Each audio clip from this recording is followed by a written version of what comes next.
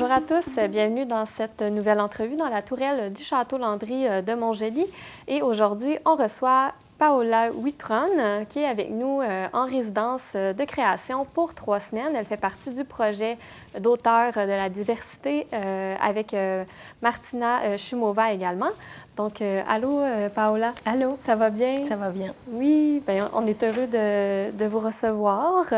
D'abord, je vais en dire un petit peu sur toi. Tu es diplômée en jeu au Mexique. Dans le fond, toi, tu es originaire du Mexique. Tu travailles au sein de différentes compagnies professionnelles de théâtre de marionnettes. Donc, tu es marionnettiste. En 2013, tu as entamé une recherche sur les marionnettes et les matériaux. Et ça t'a fait découvrir le monde, tu as voyagé un petit peu. Et tu t'es installée ici au Québec pour faire une maîtrise sur la marionnette virtuelle à l'École supérieure de théâtre de l'UQAM. Donc, on va en parler un petit peu plus tard parce que c'est très curieux comme sujet. Et en plus de travailler finalement sur tes propres créations, tu as collaboré avec plusieurs compagnies québécoises, dont Valise Théâtre, L'Illusion et le Théâtre Motus. Voilà. Et je me disais, comment dans la vie on devient, d'entrée de jeu comme ça, comment on devient marionnettiste?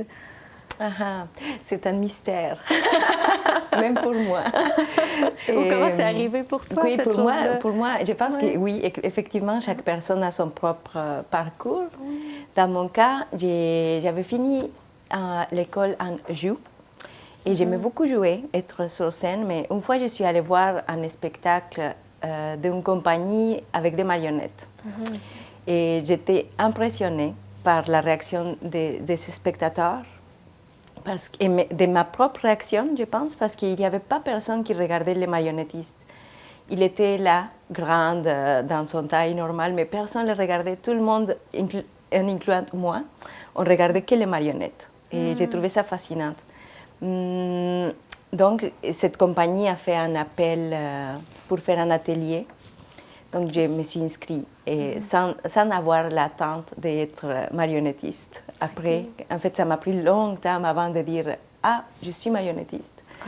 J'ai aimé ça, j'ai trouvé ça surtout comme un défi d'être là dans la présence absente. Je trouve qu'être marionnettiste, c'est jouer beaucoup à l'absence.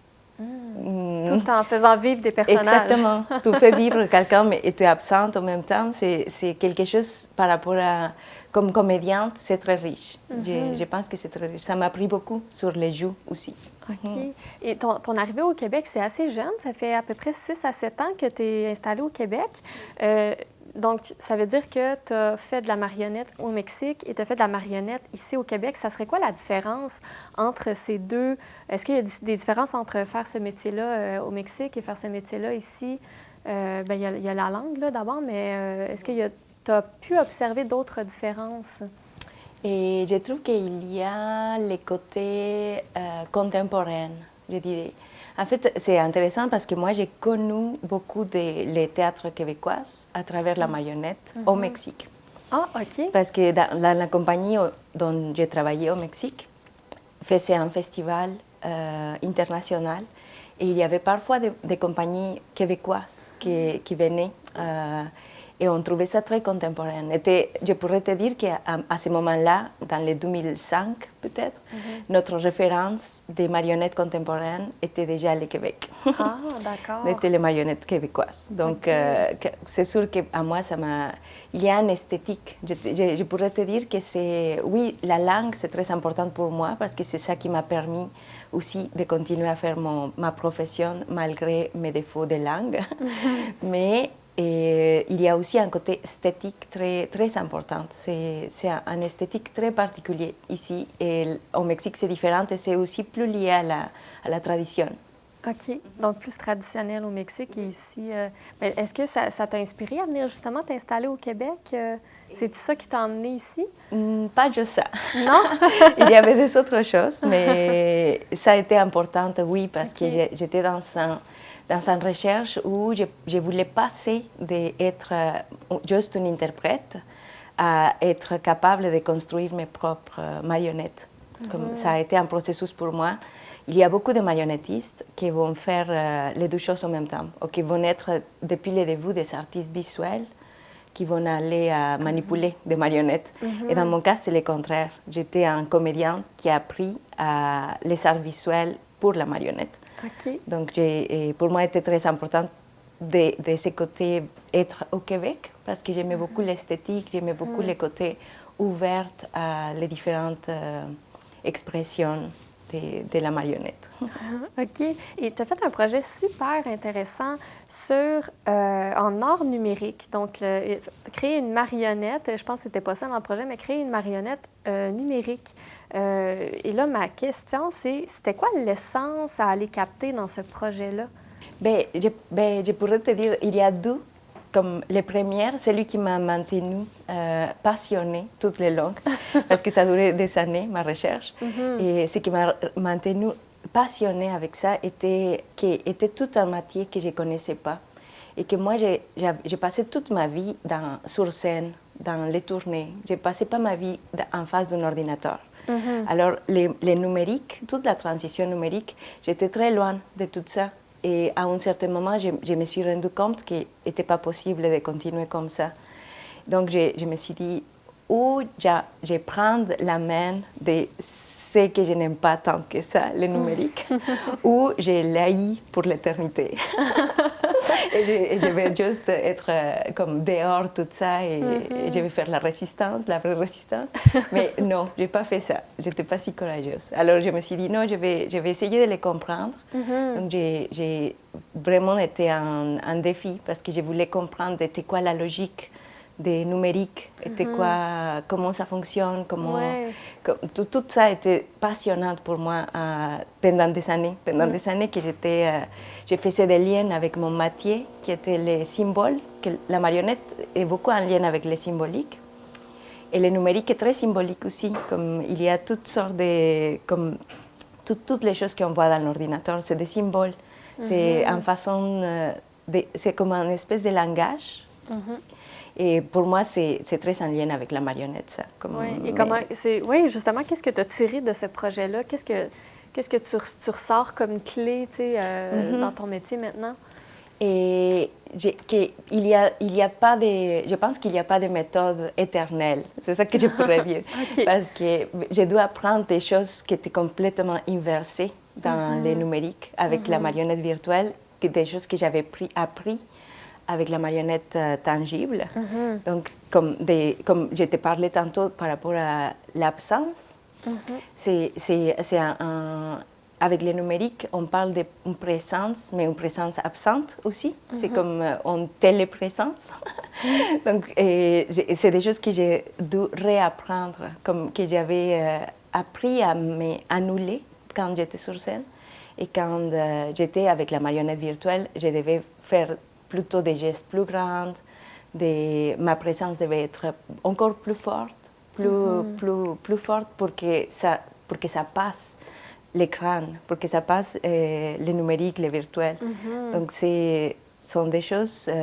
que tu as dû comme réapprendre. Réapprendre, c'est ça, et questionner même, de dire, oui, on a des traditions, on a des choses qui sont importantes, et de préserver, de ne pas oublier, mais qui peuvent changer, qui sont des choses qui peuvent évoluer et qu'il n'y a pas une méthode pour les choses.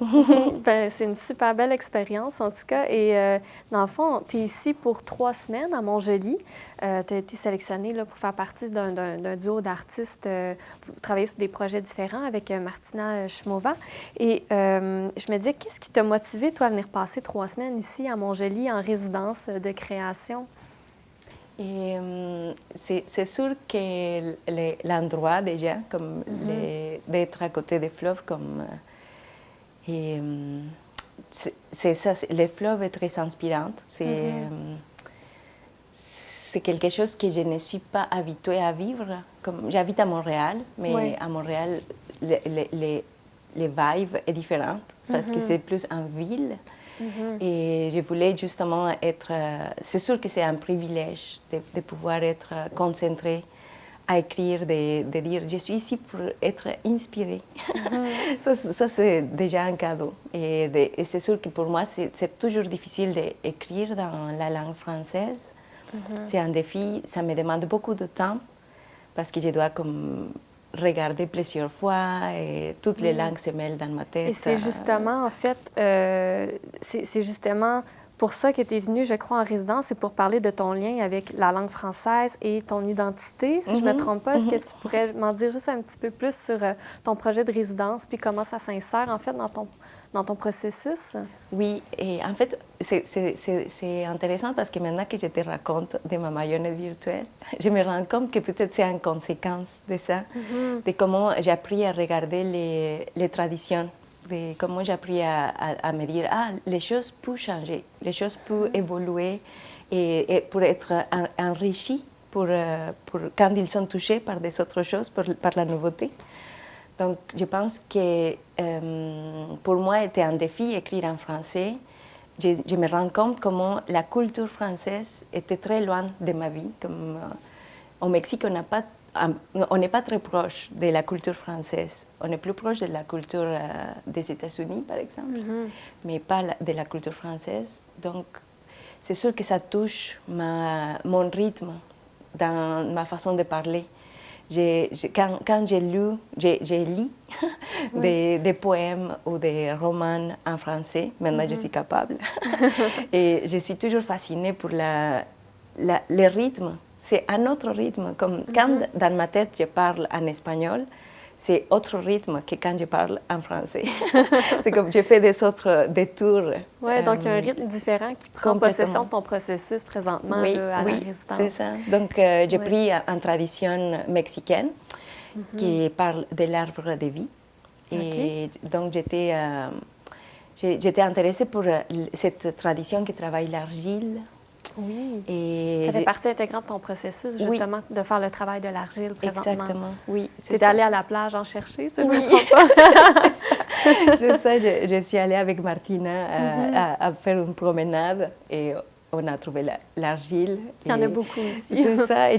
C'est ça, c'est des choses que tu ne peux pas savoir à l'avance. Que les gens ne vont pas te parler de ça parce qu'ils ne pensent pas que c'est important, mais que tu les découvres quand tu es sur place. Que c'est des choses que tu dis, ah, là, il y a des sculptures d'argile partout. Et j'aime ça parce que c'est comme la tradition que j'ai prise au Mexique, ce n'est pas des sculpteurs qui font, c'est pas Rodin, c'est pas Miguel Ángel, c'est vraiment des sculptures naïves que j'aime beaucoup parce que pour moi, cette naïveté garde l'essentiel. C'est comme, pour moi, c'est la trace de l'essentiel. Qui n'est pas très stylisé, mais qui est vraiment comme... Je veux dire que c'est une femme, alors comment je fais la ligne pour qu'elle soit une femme et pas un homme comme des choses comme ça, mais que ça peut être très naïf. Et ici, je marche beaucoup aussi, et je trouve des sculptures partout. Et ce sont dans les fleuves, sont dans des endroits pour s'asseoir. Et dans les maisons, il y a, en face de la bibliothèque, il y a des têtes en argile sculptées et c'est assez impressionnant pour moi. Donc je me dis, je n'avais pas pensé que j'allais avoir ce lien avec la résidence et mon projet. Et c'est ça, c'est encore plus riche de ce que j'avais pensé. C'est super. Et dans ton travail, en fait, souvent, il y a la présence d'objets, de textures, de matériaux. Là, présentement, tu travailles plus avec l'argile. Est-ce que c'est un matériau qui est privilégié pour toi ou tu voyages souvent dans les différents matériaux, justement, dans ton travail? Est-ce que tu en as un qui est privilégié ou ça dépend peut-être que de ton projet? Oui, je pense que c'est plutôt ça. Okay. Je suis quelqu'un qui change beaucoup, je pense. Donc, je n'ai pas un matériau que je garde depuis toujours. Comme avant de commencer ma maîtrise en art numérique, justement, j'ai travaillé beaucoup avec les fils de fer. Donc, toutes les marionnettes que je faisais étaient en fil de fer. J'ai mélangé les fils de fer avec des plastiques, avec des papiers, mais les fils de fer étaient mon matériau. J'ai passé longtemps avec ça. Après, j'ai essayé les bois, et après les papiers, après les numériques. Maintenant, je suis dans l'argile et on va voir qu'est-ce que je suis.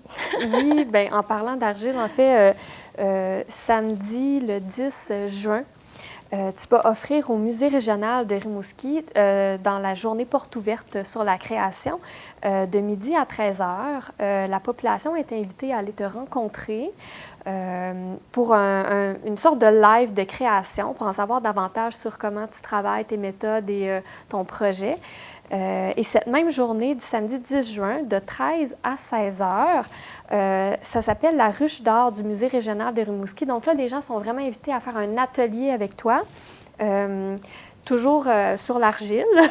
Donc, tu vas les plonger dans ce que tu es en train de faire. Les places sont limitées à 20 participants. Il n'y a aucune inscription d'exigée. Donc, les gens peuvent arriver tout simplement là, entre 13 et 16 heures pour la journée du 10 juin. Et le lendemain, si on veut en apprendre un peu plus sur ton processus créatif, dimanche le 11 juin à 14 heures avec Martina, on va pouvoir en entendre plus parler justement de votre processus créatif des 3 dernières semaines. Ça se passe à 14 heures au Musée régional, encore une fois. Donc, vous allez passer une belle fin de semaine à rencontrer la population là, de notre région. Il y a aussi des expositions qui vont être au Musée régional. Ça va être à voir si vous allez créer à partir de ces en écho là, aux expositions. Donc, j'ai vraiment hâte de voir tout ça. C'est encore une fois, c'est moi qui vais vous interviewer, qui va animer tout ça. Et pour la sortie de résidence, pour ceux qui sont intéressés, vous pouvez réserver vos places sur le point de vente /clac. C'est gratuit pour cette activité. Donc, c'est déjà tout pour notre entrevue. Je voulais te remercier, Paola. Oui. Je veux juste, excuse-moi, Nanda, mais je veux juste ajouter pour les personnes qui sont intéressées à l'atelier qu'il ne faut pas avoir des connaissances, il ne faut pas être gêné si vous n'avez jamais travaillé l'argile.